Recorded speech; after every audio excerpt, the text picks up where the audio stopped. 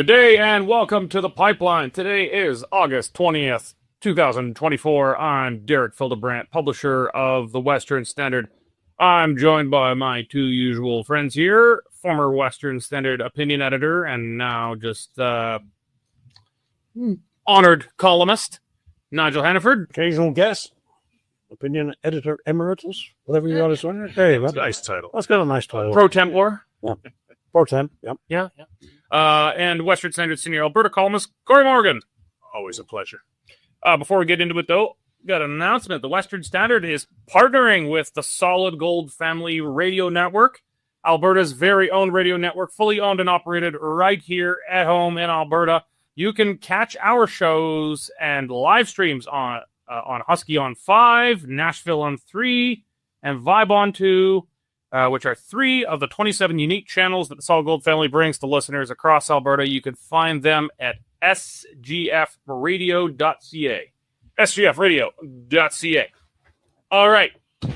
So, more mass graves have still probably not been found at another reserve in Canada. Will the moral panic reignite? Well, certainly some churches will probably reignite. See what I did there?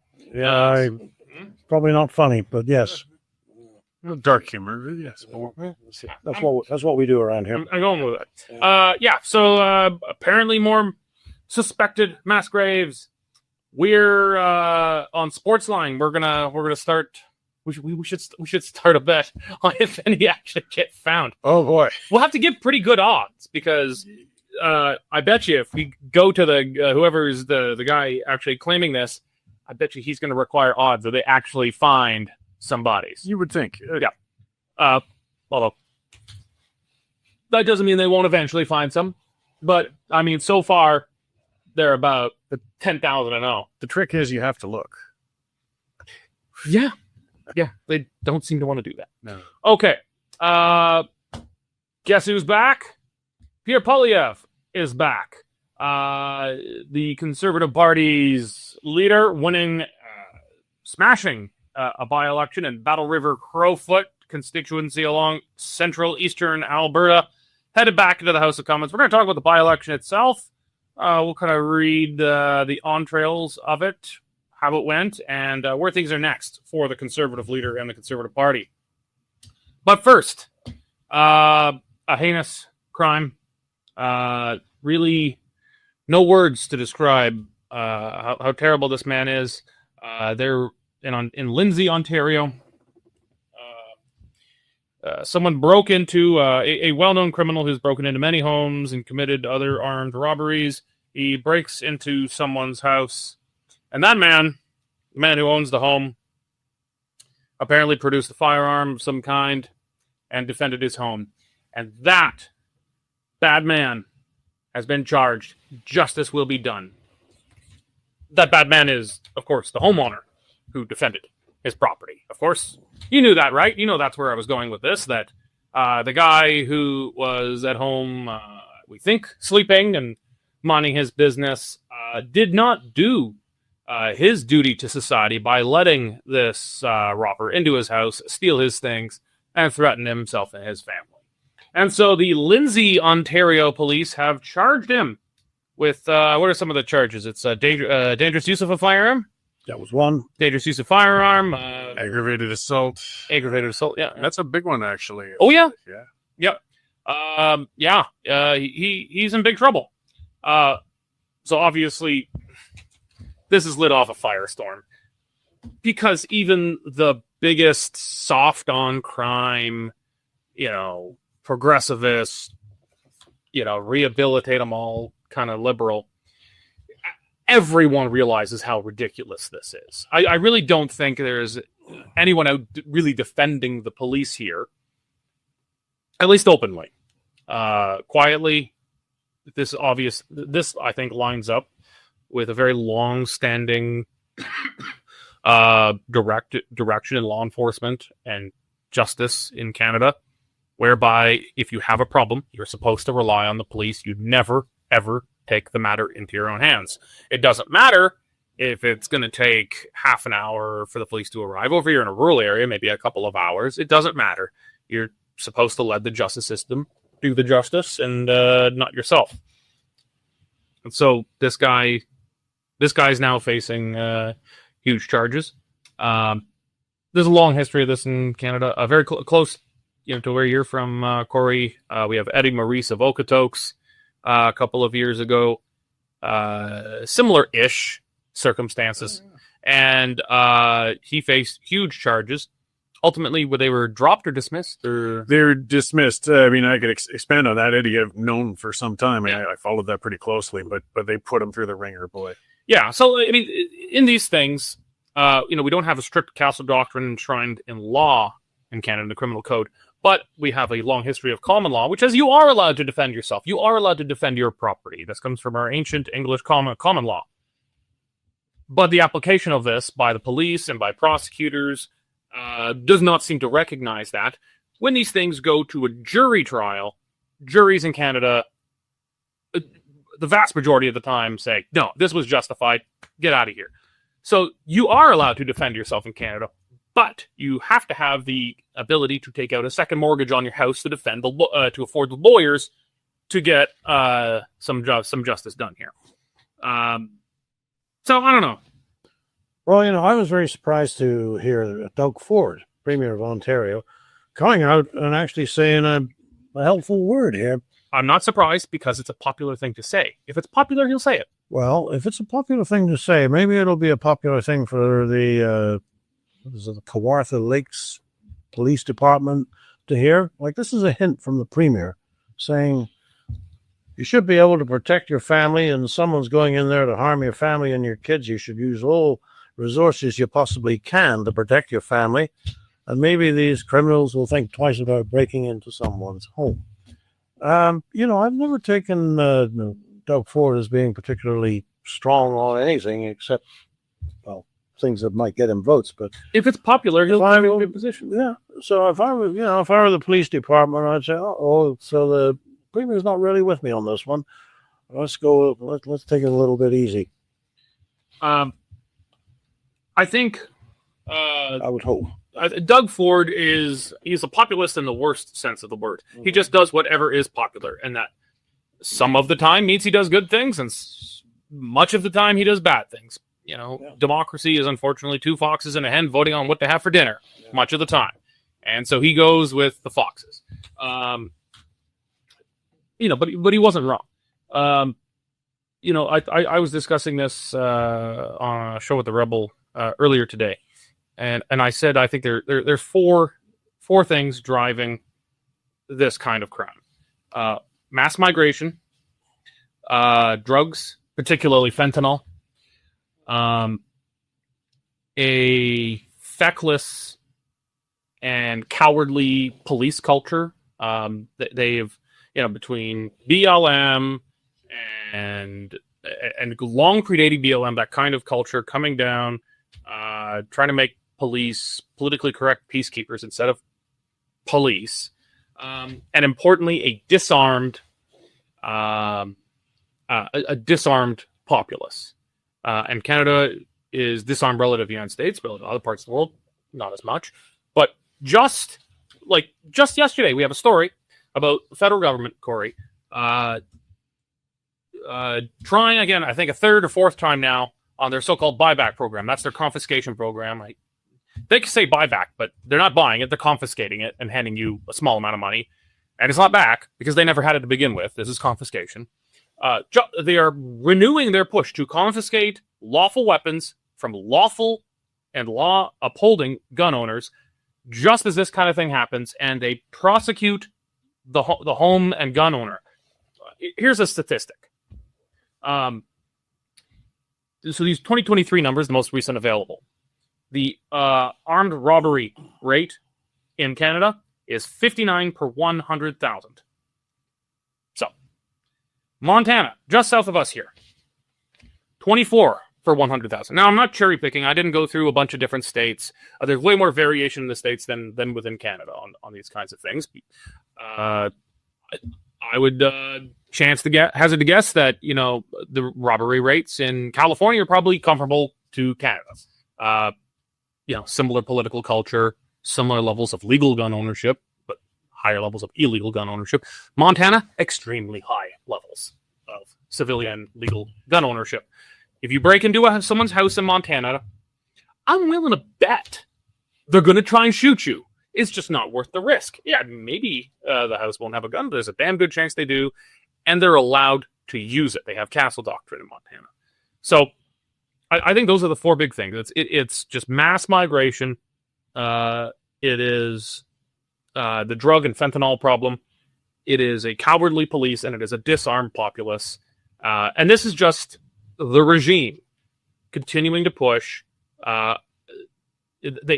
These cases where someone heroically defends their home, their family, their property with a firearm, it's bad propaganda for the regime because it says this is why you should be allowed to have a gun.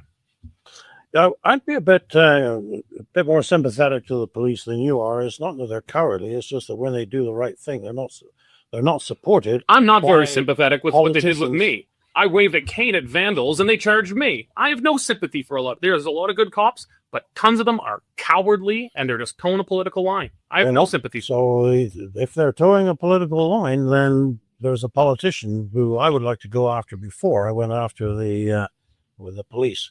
Tell these people. This is the discretion of the police. The police placed this charge. These cops are individually responsible. They should have their badges stripped. They should be allowed to look at them all. You're not going to get the local alderman or councillor placing the charge, but it's those people that the police answer to. So if they're not doing the job the way they should be doing it, you got to go back to the people who pay their wages and say, we need more and better. I was under orders is not always a good excuse. These guys, it is their discretion. The local alderman, the local mayor, does not say you're going to charge here and not charge here. They're setting the political tone and these things.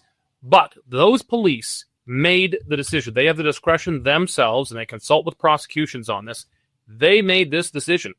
The police and potentially the prosecution, if they consulted with the Crown prosecutor, they are directly responsible for this, and they should be stripped of their badges. We don't actually know who the intruder was yet, I don't believe. We do. He's an offender who was wanted on charges with a history of this, and he had a weapon. Okay, so is there a racial overtone? That's an interesting. We don't know yet. That's what we have. Extra points if there are. The thing is, if you have somebody with the wrong complexion and you don't charge them, then you've got a racist police department. So the police are, doing what they do under some difficulties. It comes from both sides. But as we mentioned earlier, the Eddie Maurice case, which was in Alberta in Foothills County where I live, there weren't actually, though some people tried bringing it up. No, that those were both white bread meth heads who broke off. Oh. You're thinking of the Colton Boushie case, which is another one in Saskatchewan, which had there was nothing of that there. No, though some people tried to bring it in because they went under the assumption which is another area of racism actually that's... I misspoke on the Rebel Den earlier today. I guess this will have to do with my correction. Yeah, well, those were kind of happening at the same time. So part of it was political timing because Stanley just got exonerated on the Colton Boushie case, which was a bunch of Indigenous armed kids on an impaired rampage who, one of them, unfortunately, still is unfortunate, but got killed in that one. Mm-hmm. Eddie Maurice, though, the charges were laid on him. For those who don't remember it, he was alone at home late at night. He was the one person and his toddler was in the house. And he fired one shot, which ended up hitting one of the meth heads in the elbow. And I've been to his house. This was from like 12 feet away. If the intent was to kill the guy, Eddie most definitely could have perforated him a heck of a lot more than that. Mm-hmm. Either way, they put him through the ringer. They ran him through it. And it was, we were furious in our part of the world because this was our neighbors. It's a 40-minute drive from me, but Foothills County, its neighbors were rural. And there was a lot of town hall meetings held by the RCMP to try and calm the public, and it didn't work. So the one at Prentice, right by my place, and when I was in it, and that cop got heckled a lot. They start the meeting by pointing out, yes, our average response time is 40 minutes in our area. So he's admitting that. Fair enough, because they got limited resources. You got 5 cops in a huge area. Mm-hmm.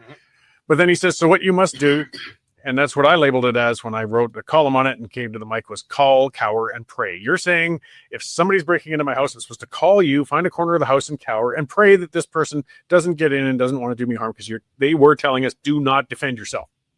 Everything a person brought up because people were bringing up, what if I shot him with a paint gun? He said, you'd be charged with discharging a firearm at them. I said, it's not a firearm, it's a paintball gun. If they think it's a firearm, we will charge you as if it was a firearm. This is the way their laws go. What if I stick my dog on him? We will charge you with assault. What if I pepper spray him? We will charge you with assault. Everything they told us was call, cower, and pray. And you could tell by the whole room they were saying, even if it was you breaking in, we're going to blow your brains out. We're defending our homes and our persons and our property. The police are disconnected from the reality of the homeowners. Now, not every individual officer, I'm certain many are very understanding that they would do the same thing if they were in their home. And there is a political pressure going on, but it has gotten down into a culture among the police too, and they jealously guard that ability, feeling it's our role, and just even if you were put at risk waiting for us, you must wait for us. And that's got to change, because these shootings are going to keep happening. I know that in my household, I mean, if I can get the combo to the firearm safe fast enough and so on, it's going to bode very poorly for the intruder. We got to get realistic on these laws. Yeah. And, but I mean, to Derek's point, much as I do defend the police if I think that there's political pressure on them to go easy on certain types of crime. The one that got me angry a year ago was the fellow in Ontario who said, look, there's a lot of carjackings, just leave the cars, just leave the keys handy where the thief could get it, and, but nobody gets hurt and there's less trouble. That is not a policing attitude. And then this morning when I was looking up the background of these incidents, I came across, it's easy to find, but there's this video of an American police officer, I think it's in Santa Clara County, and he says, well, people are talking about whether they should shoot an intruder if they come in. We kind of prefer it if you do. It's a lot less paperwork. That's because I think the chief of police down there, just I noticed because it came up on news searches and everything, is his name Cory Morgan. What? I believe it's Santa Clara, or Santa Barbara, one of those two. Anyways, yeah, because he ran for the position because you have to run for. Oh, so he's like the elected sheriff. It was popping up in this scroll for this political Cory Morgan. That's not me. He looks like a good conservative, though. I guess. Cory Morgan tells everyone to shoot the intruder. Careful. Which one? I'm not far off from him. I mean, so where discretion, the police are supposed to use their discretion here. The discretion should be, was your force proportional to the threat? So, if it was just a kid on the lawn and you came out and blew him away with a shotgun, that's not proportional. You should be charged. That's not defending your property. Someone knocking on your door asking directions, whatever. You can't do that. Yes, quite different from somebody is your house at 2 a.m. Yeah, and there's a lot of gray area, and that's where discretion needs to come in. But, this kind of thing, a armed intruder comes into your house to rob you, potentially to do you harm. As soon as he sets foot inside the threshold of the house, he has surrendered his right to be protected by the state. Uh-huh. His life now belongs to you. It belongs to the property owner, and they get to decide what's reasonable or not at that point. Well, at that point, there should be no more discretion. As you said, his life belongs to you. When this goes to jury, and they always do, they almost always are acquitted. The Boucher case, even going all the way back to Kessler, who was a drugstore owner in Calgary, some people might remember, that was an 80s case, because he'd been robbed so many times, and he'd shot the guy while he was fleeing, and still the jury acquitted him. So, I mean, our courts aren't up on what the public feels in this case. That's why jury systems are so important, because it's supposed to reflect your peers, not what some ivory tower academic activist judge might think in the end of things. Yeah, we really have lost the thread on this thing. There's only two reasons that really justify paying taxes. One is protection against external threats. The other is protection against internal threats. Law and order. And you get neither in Canada. So what do you expect? People are going to take it on themselves? Well, in Canada, the federal government is the threat. Yeah, well, we'll be watching this one closely. That's for sure. Yeah, we're not letting this go. This one just, as soon as I saw this one, it's like, this is one that's going to be with us for some time. So, well, we're gonna have to get a reporter stationed in Lindsay or wherever this guy's trial is going to be. It's going to be delicious. Okay, Nigel. We had Pierre Poilievre's by-election in Battle River Crowfoot. Everyone already knows what happened, but a lot major segments, I should say, of the legacy media tried to play the expectations game. If he doesn't get everyone, because he was, of course he was going to win. He was going to win big, but was he going to win big enough? I think if there was a fair measure, it'd be, well, could he match what Damien Kirk, the MP who resigned for him, got? And that is a crazy high bar to hit. It was like 83%. And he did hit it. He's at 83, 85, somewhere in that neighborhood. Just over 80. Yeah. Close enough. Yeah, within the margin of error. We're talking no difference. Yeah. I do love that there's literally dozens and dozens and dozens of candidates who got 0 votes because they've never even set foot in the riding. But the expectations game, Pierre Poilievre has at least met that. It was the whole thing has been embarrassing for him, and it's bad enough with your party and your caucus to lose the election. Really, really bad to lose your seat. But he seems to have had enough horsepower still within the party to continue on. This has damaged him within the party, I think. But he'll be now back in the House of Commons, which really is, he's like a fish in water there. He's a really strong performer in Parliament. I'll let you take it from there. Well, like you say, it was really no surprise that the Eastern media said, well, of course he would win in a riding like that, but, they've never met a conservative they liked anyway, so of course they were going to look for a negative angle. And the narrative that was taking shape, there was, so he's won, but he's got a leadership review. Then we'll have some blood. Then we'll be able to write nasty stories about him. It's coming up next year. And there was one fellow saying he should actually step aside because nobody likes him and he'll never get elected. Well, I don't hear, that's the media line. I don't hear conservatives saying that. And by the way, I don't expect, let's just say he does have an abrasive side to his personality, as when he takes a stupid reporter asking stupid questions and tears him down a peg or two, which he's done more than once. I don't necessarily want to like my surgeon or my airline pilot. I do want them to be competent and do the job properly. And that is the measure of who you should select for a prime minister. Now, obviously, Mr. Poilievre didn't get that, but when you go deeper into the numbers, you find that there's a certain stereotype that rejects him. Young guys like him. Older women don't. Well, he's sassy. He's not nice. That is not the measure of who you want as a prime minister. So anyway, he's got that to look forward into in the new year. But what I'm actually expecting is that come September the 15th, he's going to be back in the House. He's going to be challenging Prime Minister Carney, who is brilliant on crime and immigration, particularly. But frankly, on what I think is the whole bill of goods that Mr. Carney has passed off on us, making the promises conditional, so you don't get good performance, but you always have a reason, always have a good excuse. And Poilievre is not going to let him get away with that. He is going to hold his feet to the fire, as they say. And I think the longer it goes on, the more obvious it will be, even to those precious souls who find that Pierre is a bit abrasive. He's actually the one who should be running things. Everything he ever recommended doing, Carney is doing. Well, let the guy who thought of it take it. I'd like to agree with you. I'm not sure I can. Those who are saying he'll never get elected, they might be true. They might be correct. Carney has probably got 4 years ahead of him here. Now, he might call an early election to try to secure a formal and larger majority than he has, but he effectively has a majority. They're like a seat or two short. The NDP is in a shambles. You can buy them off, no problem. He's got an effective majority. For all intents and purposes, this is a majority government. It's a really slim one. Maybe he calls an early election. And as far as, I hate to be mean here, as far as the boomers that broadly voted for him and the East that broadly voted for him are concerned, this is a new government. This is not just a continuation of Trudeau. This is a new government. The caucus might be pretty much just the same. The cabinet might be mostly the same. The staffers might be exactly the same. But the guy in charge is different. And he's the daddy CEO prime minister. We got rid of the annoying guy who was here for a decade. This is a new government. And so at best, I think we're stuck with him for 4 years here. And, there was the Poilievre moment. Looked like that what was supposed to happen. And that went on for some time.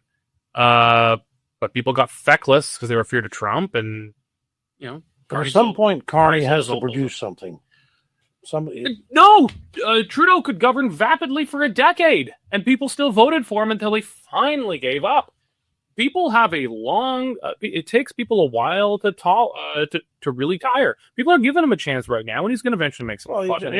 Anybody deserves a chance for 6 months, but once Parliament resumes, once you've been there for a while, well, you said pipelines were going to be built. There aren't any pipelines. Well, I have my excuses for that. Yeah, but you could drag that out for quite a while.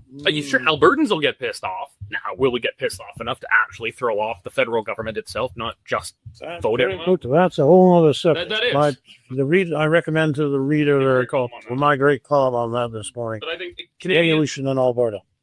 But outside of Alberta, Saskatchewan, pockets of BC, and some pockets of rural Ontario, most Canadians, they just, as long as we're still comfortable, our money might be being debased on a daily basis. We might have mass migration pouring through our airports on a daily basis. We might have crime running over our streets. But as long as your broad creature comforts are still there, as long as the boomers have still got a house, as long as, steak might be a luxury item now, but as long as I can still afford it, they're going to continue to vote for the status quo. And we're going to have this for at least 4 years. I'm not confident that the creature comforts are going to be that solid for 4 years, though. We've got an economic freight train speeding towards us, and a guy who's looking a lot like Mr. Dithers from 10 years ago or 15 years ago. People are expecting something out of Carney now, and he hasn't done a damn thing except talk. The boomer voter block, and I'm sorry for all our boomers watching. I know we got a lot of boomers who watch. I'm picking on them. This is less applicable to Alberta boomers, but particularly Eastern boomers and Vancouver boomers. They're the most prosperous generation in the history of the world, and their children and their grandchildren are not anywhere close to as prosperous as they are, and they have no prospect of being so. 4 years from now, the math inevitably shifts a bit, but the country is already in the dump. You can't.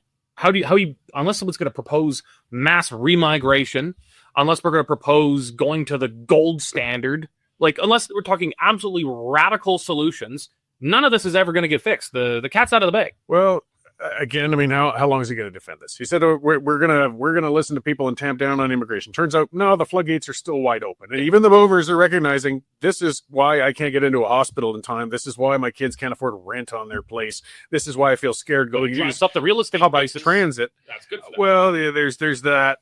Find a buyer. Right. It's just, I don't know how long Carney can hold that balancing act. I mean, this first session of Parliament, probably well enough, but we're talking, as you said, 4 years, and by year 3, he's gonna have to show something. He sure is, and they've got a huge problem with the debt, and you can do one of two things: you can raise taxes, you can cut expenditures, or you can let inflation rip. There's only three things. There's only three. And which one do you think the banker's going to pick? Well, and guess what? Taxes are bad for raising taxes. You can't do that. People won't vote for you. Cutting services, you just talked a lot about the boomer generation. Who are the biggest users of services? It's the boomer generation. He's not going to cut services. He's going to print money and he's going to issue debt. And he's the banker. Those are the obvious things he's going to do. So all those things that you're saying are going to make boomers comfortable are going to be taken away from them because the value of the money that they hold in their RIFs is going to be diminished. It already is. I mean, it's very different. In 4 years, this country is not going to have anything worth saving at this point. It's already almost gone. Oh, and I'm already well at work on that contingency from the West. I understand. Yeah. But the other thing that becomes more defeatist, I think, is if in 3 years the public in the East has finally realized that Carney isn't the savior, and they decide to go with Poilievre. Well, the reality of federal politics is Poilievre isn't going to change much substantially if he becomes prime minister either. He'll be less bad than Carney. That's all. I mean, we got a broken system. That's the bigger conversation. But either way, we're a broken system or broken people. A bit of both, I guess. You get the government you deserve. But no, we get the government that Ontario deserves. And that's what's wrong here. Yeah. But back to the by-election. I mean, it was predictable as it is, but it also really showed, too, that Poilievre is not going to get even an inch from the legacy media, from the establishment, from the usual people who tried to prop up Bonnie Critchley as if she was a contender and she wasn't, or the National Observer even putting out Poilievre might fear for his seat in this run. That was absolutely man, this guy did better than Kim Jong-un and Kanye. Yeah, but he's not going to get a break from legacy media all the way to the end. As you said, now they're saying, the leadership review, he might be in trouble. No, he's not. You're the same clowns who said Danielle Smith was at risk in her leadership. What was it, 94% she got? But he's going to deal with that. He's going to be swimming upstream for this whole 4 years or whatever it might be for an election. And Cory, tell me what you think of this. They were saying that Pierre's election was a setback for the Western independence movement. I can't put that together. Well, there was no independence party on the ballot. Yeah, that's part of what they're trying to say, because Bernier went with his bizarre, suddenly I support Western independence thing, and his candidate got 0.3%. But that's just because the PPC is really becoming a running joke. And that weird Canada Unity Party, is it, or whatever, that they call themselves United Canada Party. United Canada. So the United Canada, but apparently they were an independence candidate. Worst independence party name ever. Yeah. If it was, it's not an independence party. I don't understand. And independence wasn't even on the local ballot anyway. But I mean, they'll do whatever they can to frame this as yes, they can. Lukasik should have run that and show how well the elbows up clowns would do in this. Well, let's talk about how well the elbows up clowns did. So the PPC, got an irrelevant 0.3-ish. So Crombie got just under 10 or so. Which is actually very good for an independent. Independents do not do well in Canada, with very few. There's some extreme exceptions, but the 10% is actually very respectable for an independent. The Liberals, 4%. The NDP, 2%. Geez, and the head can't be. These parties, like the NDP was much closer. The Liberals and the NDP were much closer in their vote count to the PPC than the Liberals were to the Conservatives. Can we agree that in rural Alberta, the Liberals and NDP are fringe parties? Absolutely. They're total fringe parties. Yes. It's a secret ballot. It's not like there's even a bunch of closet NDP and Liberal people in rural that, would come out and make a mark. They aren't there. I do remember there was a by-election. The federal MP in Medicine Hat had died in office, and there was a by-election, and the NDP in Alberta had come to power. I don't know, it was within a year or so of that happening, and the NDP federally scored 1%. And I remember I gave some speech in the House, just chatting them about how the NDP are the 1%. They were beaten by the Christian Heritage Party, nearly beaten even by the Rhinoceros Party, which I really want to see them run more. At least they got a sense of humor. If you're going to run joke candidates, don't do this thing, where you flood the ballot with like 100, 200 people doing nothing. Let's get the rhinos back on the ballot. That adds a little. Democracy is serious business, but it should be that serious. Well, certainly room for one. Yeah. Well, let it be them. Okay. I agree. All right. Well, it's something less funny. We'll switch it up to the latest incidents of suspected mass graves. So, Cory, there's another one. I think also in BC, is it? Yes. Yeah, it's in BC. They found a pit where residential school non-survivors have been lined up and shot into an open pit, right? That's what they found? Well, that's to the point of almost what they're alleging, I guess. I mean, it's just... That's pretty much the way the headline implies. Well, and if you go farther back into this one and what their background is on it. So the two areas of evidence of what they got going on. And this is Seashelt is the name of it? Seashelt. It's just north of Vancouver, and it's an Indigenous band. It's an old residential school site. They're relying on oral history. Again, so some people had claimed that children were led off into the woods by school staff and priests and nuns and just never came back. They're alleging murder. I mean, that's the other thing people can talk about. They're claiming murder. If this was murder, there should be a forensic. Mass murder. There should be a forensic investigation, which means you actually have to dig a hole. But they will not, as with Kamloops. So they've done ground penetrating radar studies which show anomalies. They've announced now there's 81 of them in this site. Nobody's reported missing. Nobody is close. But so this was reported, though, just to remind folks, by the CBC as graves. Not even alleged graves, not suspected graves, graves. And they've already been slapped for this by the ombudsman. oh yeah, she got slapped. That reporter, Alana, again, I should have written her last name down. I can't remember, but she posted that out. The reporter on it on X, and just got so roundly pummeled.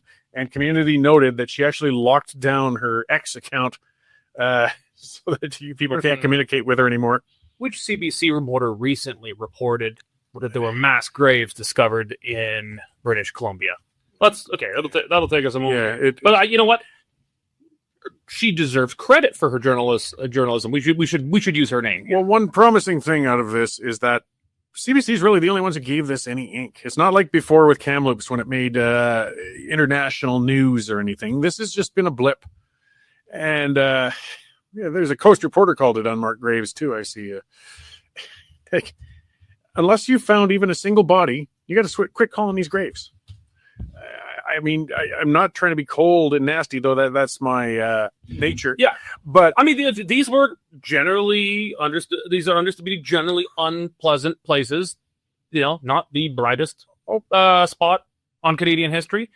No one should underplay it, but don't chronically overplay it, because you discredit everything. The reality, if you're caught lying about major aspects of this story, it then calls into question the whole story. Not to cause any justice. They're removing the ability to prove their lie out now. Because they're all now, once they find it, they lock down and say, we're not going to excavate further. We're going to call it a sacred site. By the way, give us some more millions of dollars, like in Kamloops, where they already got $8 million, couldn't buy a $30 shovel. And they want $4 more million to follow up on this thing further. This is enough. This is a racket. It is a racket. $704 million has actually been asked for. Yeah, $246 million paid out so far. Yeah, I think there was something. Courtney Dickinson, is that it? It was Alana something, actually. No. Grok is saying the August 15th story on Shalisha Nation. Salish? I think it's Salish, yeah. Oh. Either way, it's saying Courtney Dickinson. And she'd had it was Alana something or other, and she'd had an exchange with Jonathan Kay, if you follow X closely, and so on. And again, she'd locked down her account. And but either way, it showed people are willing to call it out. I mean, when this first happened with Kamloops, this was sacred. People didn't even dare question. Oh Lord, there's 215,000. So there she is, Alana Kelly. Alana Kelly, Sea to Sky region. I'm gonna be the area.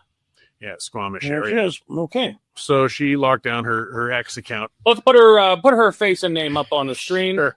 And she didn't retract or anything, to my knowledge. She just, oh boy, I'm really taking a beating. I'm just going to pull my account. Yeah, I wonder if it's possible the story's been updated because it's clearly factually incorrect. It's not even a matter of interpretation. Yes, you can't call it graves unless you have a body, and she called it graves. You got to have at least two body to say graves, plural. You got to have one body to say a grave. Yeah, I mean, a friend to the standard, Peter Menzies, he really has been beating on that one as well. But, because again, he's very much on responsible journalism, and it was very irresponsible on her part to try and allege that these were graves.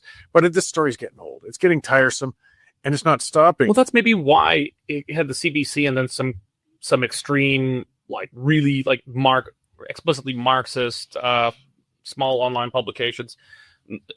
It didn't have the big frontline moral panic that we saw in previous cases because it's now embarrassing. Well, because it's breaking the narrative that these places were death factories. And the racket's going on. Like in Gruard, I wrote that in a column that'll be coming out soon. That's in northern Alberta. There was a big announcement in 2022. Oh, Lord, they found dozens of them here and everything. And then, of course, you look further into it. They were doing their survey in the known church cemetery. So these were, yes, they were burials. And yes, they had wooden crosses 80, 90, 70, even 50 years ago. A wooden cross typically is going to fall down. Mm-hmm. Everybody was outraged. That church in Gruard was a big, beautiful brick one, too. They burned it to the ground. This is not harmless. I'm sure they were looking for the arsonist. Yes.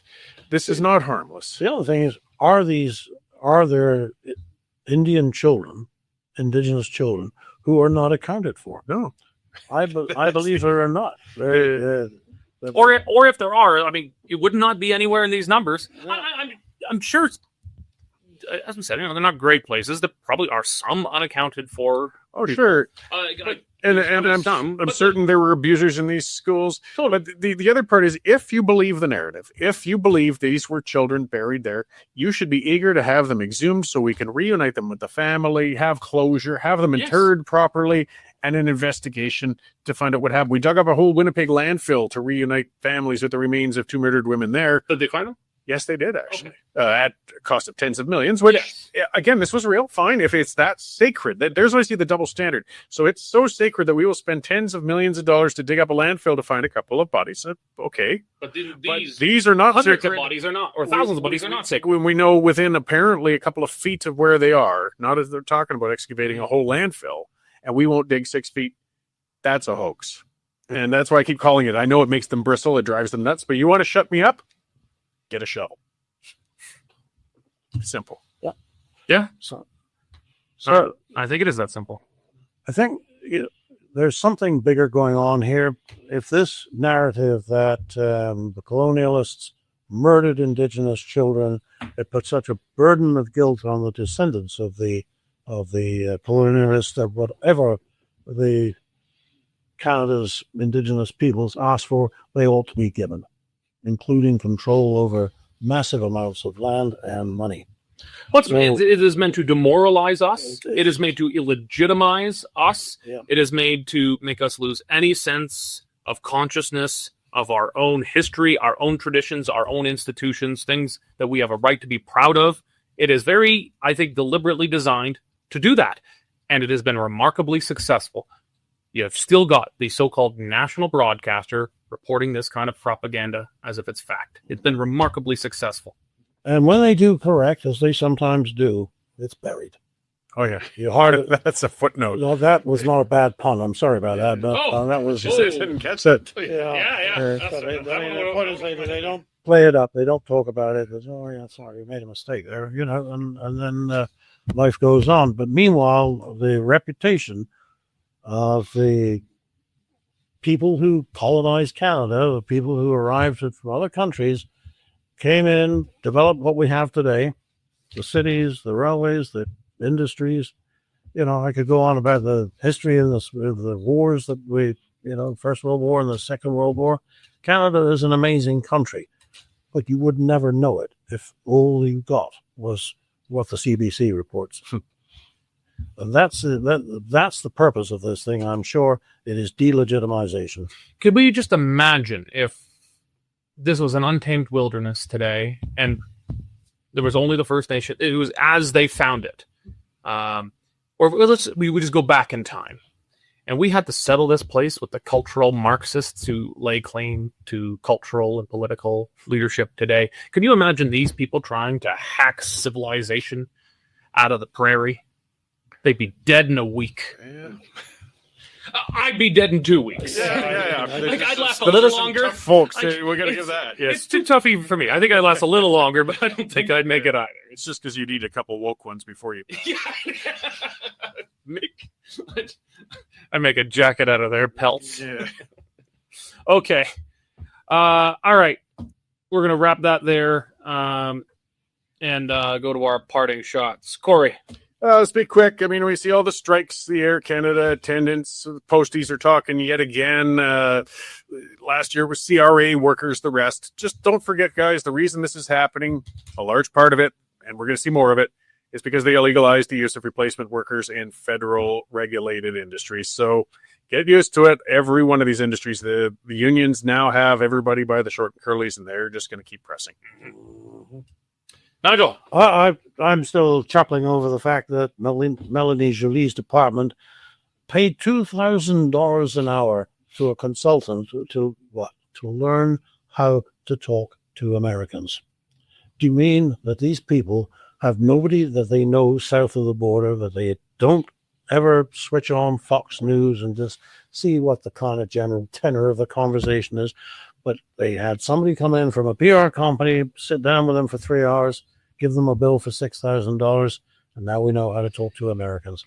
These people are unbelievable. It's only $6,000, but if that's the mentality that pervades Ottawa, it's all going to end badly.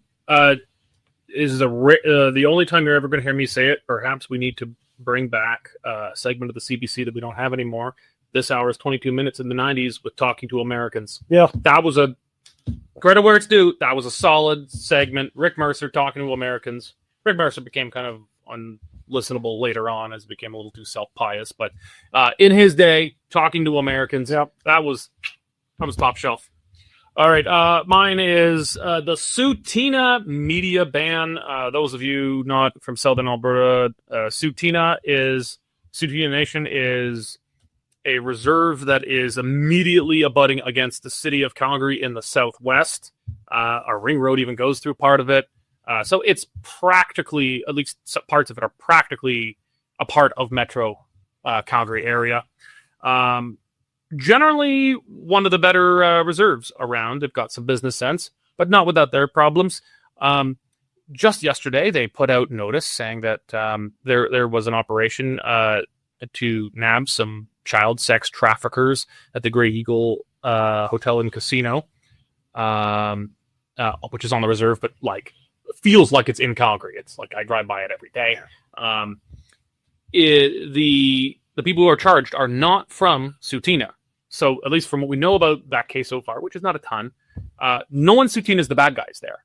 But they imposed a media ban. Media are not allowed to come to the reserve to talk to anyone. I thought that's weird. No, you guys aren't at risk. It's not like Tsuut'ina is actually wrapped up as the bad guys here. You guys actually helped in getting these guys. So why would you do this? Well, turns out 2 weeks earlier, the chief of Tsuut'ina was charged with sexually assaulting men, maybe boys. I'm not sure exactly. I think they're men. Yeah. Okay. Anyway, but sexual assault of some guys. Young men, but yeah. Yeah. Sexually assaulting some guys. Unproven, alleged. Disclaimer here. Yeah. If I was him, and again, unproven, maybe did, maybe didn't, I would not like the media creeping around. But I can't just, I'm charged with sexual assault. I can't just declare a media ban on everywhere I would go. But this happens 2 weeks later. That gives me a convenient excuse to do it. So I'm putting on a mild tinfoil hat here, thinking perhaps the excuse of this set of charges here is just being applied to it to protect the chief. It smells. It smells bad. So, all right. That's it for today. Cory, Nigel, thank you very much. It was fun. Thank all of you for joining us here today on The Pipeline. Remember, the Western Standard relies on subscriptions from people like you. We need you to support us to continue the work we're doing as Western Canada's largest independent media organization. Go to westernstandard.news, click on subscribe. It's only $10 a month or $100 a year for unlimited access to all Western Standard content.